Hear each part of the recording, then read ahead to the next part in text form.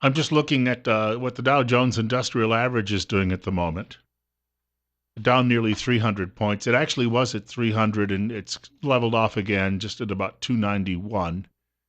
Standard and Poor's is down nearly 30 points.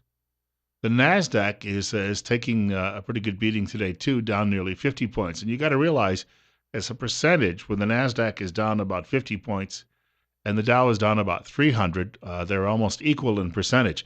Now I don't have the Russell 2000 in front of me, but the Russell 2000 might be a better indicator of what the markets are going to be doing today. I bring all of this up because it's leading into something I'm going to talk about in just a moment. Also, oil is down nearly a full dollar again this morning. Gold is absolutely skyrocketing today at $1,242.30 right now. And there's a relationship to all of these numbers and these figures. We'll talk about that in just a moment. But I do want to remind you about our good friends at Tint Lady today. Benita was telling me this morning we're looking at temperatures this weekend in the 50-degree range, and then into next week we'll have some days that might even approach 60.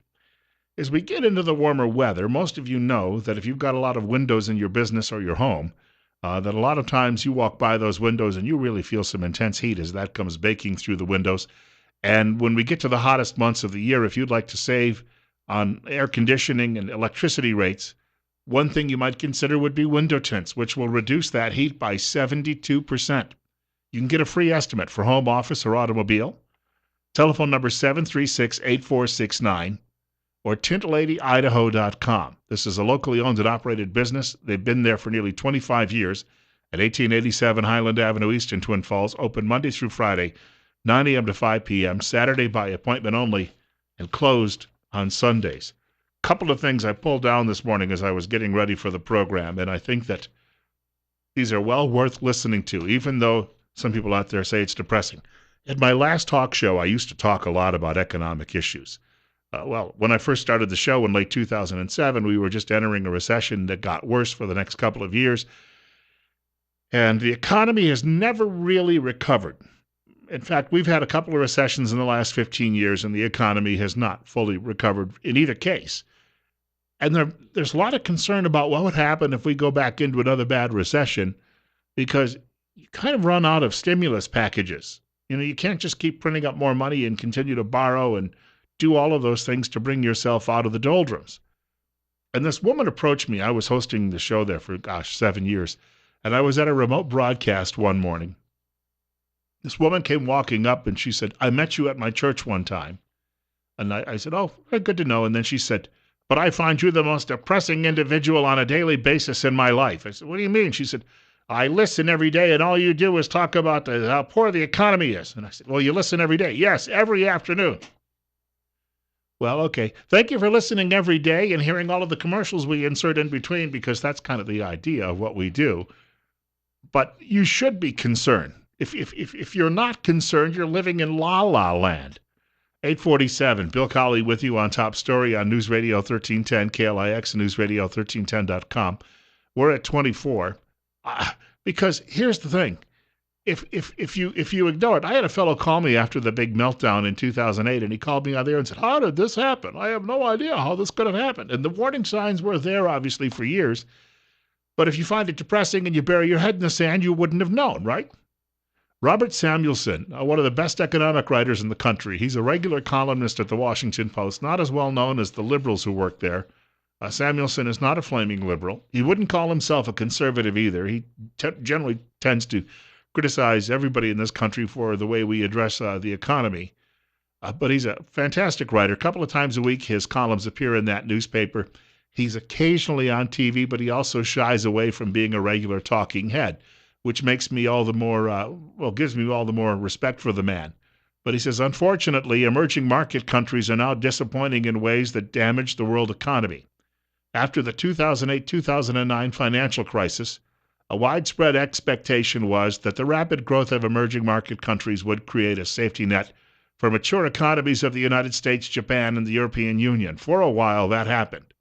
Since 2008, emerging market countries have provided more than 80% of global growth. That came from the woman, what is her name, Lagarde? She's head of the International Monetary Fund, the IMF. She was giving a speech this week in Maryland. Now, he went on to talk a little bit about how the United States will not be immune to this simply because he said we have not, American consumers, who used to be 70% of this economy in this country, American consumers since 2008, 2009 have been spooked. They're trying to save more, they're spending less. So we're not going to dig our way out of this if this contagion eventually reaches our shores. Getting back to this, I'm looking at the numbers coming in from Wall Street today. The Dow picked up a little bit. Now we're down only 257. NASDAQ down only about 38. Oil still down about $1 a gallon. Driving into work this morning, it's been amazing watching gasoline prices tumble. I passed by the Walmart station, which is only a few weeks old, which was $1.69.9 about a week ago, is now $1.62.9. And then the highest gasoline that I was seeing was here on the south end of town, and that was on South Washington Street. That station was running at $1.99.9. Today, that's down a whole dime. That price is likely going to drop a while longer. The thing is, and I brought this up before, it's great in the short term, but if gasoline continues to plunge and we get down to about $1 a gallon, that is not a sign of a healthy economy. And by gosh, you better start thinking about stocking up. You got to find some way to survive this, right? How are you going to ride it out? And then I looked over Real Clear Politics this morning, which is a great source of news. If you don't look at that on a daily basis, you're really being shortchanged. And there's a writer from the London Telegraph. His name is Alistair Heath. Now, I don't know a whole lot about this guy's background because obviously I don't live in England, but he writes about economic issues as well. Here's the headline. The world can't afford another financial crash. It could destroy capitalism as we know it. Now, he's a little bit more extreme than Robert Samuelson. The thing is, over the last several months, all of these signs have been there. Nobody has really wanted to talk about them because there's a belief in markets that if you spook people, then spooking them will only add to it. Then you create a herd mentality, and everybody says the sky is falling. When they all say the sky is falling, it will. But on the other hand, you got to balance that with being ready for a dark day. And the writer goes on to say, our economies, cultures, and polities are still paying a heavy price for the Great Recession and other collapse, especially were it to be accompanied by a fresh banking bailout by the taxpayer, would trigger a cataclysmic, uncontrollable backlash. The public, whose faith in elites in the private sector was rattled after the last big recession, would simply not wear it. Its anger would be so explosive, so all-encompassing that it would threaten the very survival of free trade, of globalization, and of the market-based economy. There would be calls for wage and price controls, punitive ultra-progressive taxes, a war on the city, and arbitrary jail sentences. He goes on to say the last time a recession was met by pure, unadulterated populism was back in the 1930s, when the Americans turned a stock market crash and a series of monetary policy blunders into a depression. President Herbert Hoover signed into law the Smoot-Hawley Tariff Act. Smoot was from Utah, right? Dreamt up by two economically illiterate Republican senators, the writer says, slapping massive taxes on the imports of 20,000 goods and triggering a global trade war. It was perhaps the most economically destructive piece of legislation ever devised, and it took until the 90s before the damage was finally erased. And then I'm flipping a page here. I'm not giving you all of this. I printed this out today. 18-point type makes it a little easier for old codgers like me to read it. But I'm on page 4, I believe, now, and he writes, banking shares have taken a beating. China's slowdown continues. Maersk, the shipping giant, believes that conditions for world trade are worse than in 2008-2009. Industrial production slumped in December, not just in Britain, but more so in France and Germany. Energy prices are devastating Middle Eastern and Russian economies, and sterling has tumbled. So he's walking you through this and telling you what could potentially happen. But then he comes to this. This was interesting. This is in the last few paragraphs. He says, the fact that Donald Trump and Bernie Sanders both won their respective New Hampshire primaries is certainly one remarkable indication of the state of mind of many U.S. political activists. Any economic relapse would help Marine Le Pen's chances in next year's French presidential election and further undermine Angela Merkel's sinking popularity in Germany. And then he says Britain itself is going to have some serious issues. So what you have in Europe right now, boy, you want to talk about history repeating itself. The Fourth Turning, the great economic book that I read in the late 1990s, says that every 80 years, the world is met with a crisis, especially the Western world. And so 80 years ago, we were mired in the Great Depression. 80 years before that, we were just wrapping up the Civil War in the United States. 80 years before that, we were wrapping up the Revolutionary War. You understand? They have traced this back hundreds, almost 800 years in history. And so what you have is a generation passes every 20 years or so, and then we repeat the same mistakes because generations are raised in particular ways, and we get comfortable, and then we get uncomfortable, and then we have crashes or we have great calamities and wars. All of these things come about. In the 1930s, think about this for a moment. It's 8:54. Bill Colley with you on Top Story this morning. 27 right now. You're listening to News Radio 1310, KLIX, and NewsRadio1310.com. In 1931, the militarists took over Japan. Depression was really just getting fired up. In 1933, the Nazis took over in Germany. Now, Italy had already had a fascist government for a number of years, but it stepped up its efforts. And then throughout Europe and several other countries, the fascist government started growing in strength. So they led us into World War II as well, and from economy, bad economy. So here we are 80 years later, when 80 years ago the country was mired in the Great Depression. What's going on in Europe right now? Well, the president of Hungary says, we're not going to take any more of those refugees. In Germany, far-right parties, some of them actually were carrying swastikas last weekend, held demonstrations against the migrants who are coming into their countries.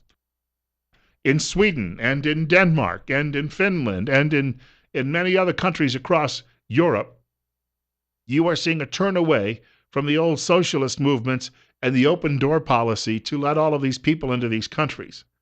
Marine Le Pen, who was referenced in that story, she's the far-right leader in France. Although she's got some socialist ideas too, but so did the Nazis. National Socialists, right? Nazi was short for that, the abbreviation from that particular party. So you've got all of that going on. You've got a Democrat in the White House here who's a big spender, just like we had 80 years ago. Frankly, times could be really tough. And, we've got North Korea with a new missile that can reach anywhere in the United States, in fact, all the way as far south as Guatemala, if they shoot it over the North Pole at the top of the world to bring it here. You've got China, if its economy goes down, you're going to have hundreds of millions of Chinese rioting in the streets. China's going to take a turn for the worse. China's neighbors are going to get a little worried because if China has to feed all those people and can't, China's going to be looking at its neighbors to feed all of those people and may just take what it wants. So here we are, 80 years later, and history is repeating itself. Dow, by the way, now down almost 305 points.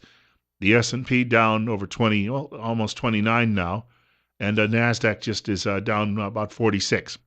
So that gives you an indication of how the day has gotten off to a start. And gold now is, holding steady at $1,242.30 an ounce, which is the biggest peak in gold since 2007, 2008.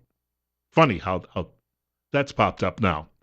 8:57. Bill Colley with you this morning on Top Story on News Radio 1310, KLIX and NewsRadio1310.com. What should we then be doing? Well, we should be demanding not only of our leaders on the national level, but also on the state level, are we prepared? Can they tell us if we are prepared? Because in a place like Idaho right now, we had the governor on yesterday, and the reason they're spending a lot of money now on education is because things have really turned around here as far as the state bringing in revenue. The state now, after several years of almost austerity-type budgets, at least cutting back in some areas, has the money to spend, and now the state would like to try to improve in a few areas that were let to go fallow, if you will, over the last few years. But what if there's a sudden collapse, economic collapse? Then what do? Are we ready for it? There's a question, and I've got to be honest with you. I think most of the people in elective office, they know it might be coming. They just keep praying and they keep hoping it won't happen on their watch. But the question for them is, what if it does happen? What will you do? We've got more coming up, about one more hour of the program just ahead of us. Bill Colley with you this morning on Top Story on News Radio 1310, KLIX and NewsRadio1310.com. 9 o'clock news from Fox is just ahead. Some of the other things we'll be talking about, speaking about the rise of the politically incorrect in this country. More details on that coming up in the next hour. Both the Republican and Democrats are still trying to get over the fact that their establishment candidates got hammered in New Hampshire and may continue to get hammered in the months to come.